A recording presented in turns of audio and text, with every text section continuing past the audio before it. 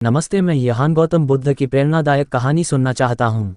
बुद्ध ने उस व्यक्ति की ओर शांति से देखा और बोले, जीवन में दुख का मूल कारण वस्तुओं, व्यक्तियों और अनुभवों से हमारा चिपके रहना है।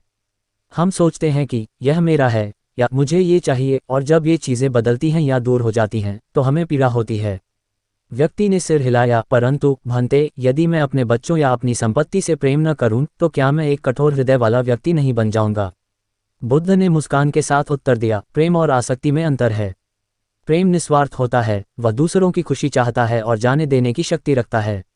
आसक्ति स्वार्थी होती है, ये मुझे क्या मिलेगा पर केंद्रित होती है और खोने के डर से भरी होती है। उन्होंने आगे कहा, जैसे एक वृक्ष को बढ़ने के लिए सूर्य, जल और मिट्टी की आवश्यकता होती है, लेकिन वह किसी भी चीज़ को कसकर पकड़ता नहीं है। वह फल देता है और फिर फल को जाने देता है। इसी प्रकार आप संसार में रहें, अपना कर्तव्य निभाएं, प्रेम करें, लेकिन किसी भी चीज़ को अपनी पहचान न बना लें। व्यक्ति को यह बात गहरी लगी।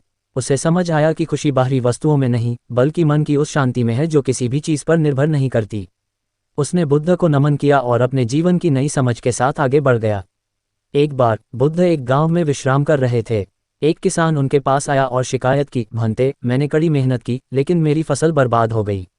मेरा बैल मर गया। मेरा सारा जीवन समस्याओं से भरा है।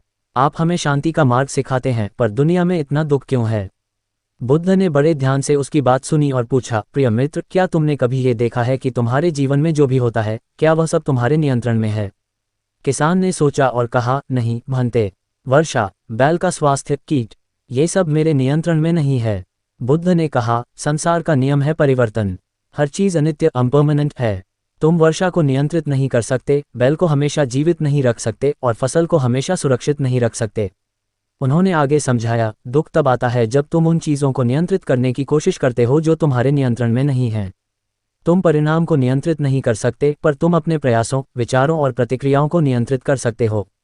दुख इसलिए नहीं है कि फसल खराब हुई, बल्कि इसलिए है कि तुमने फसल के साथ अपनी खुशी को बांध लिया था। परिवर्तन को स्वीकार करो और केवल उसी पर ध्यान केंद्रित करो जो तुम अभी कर सकते हो। किसान की आंखों में एक नई चमक आई। उसने समझा कि स्वीकार्यता ही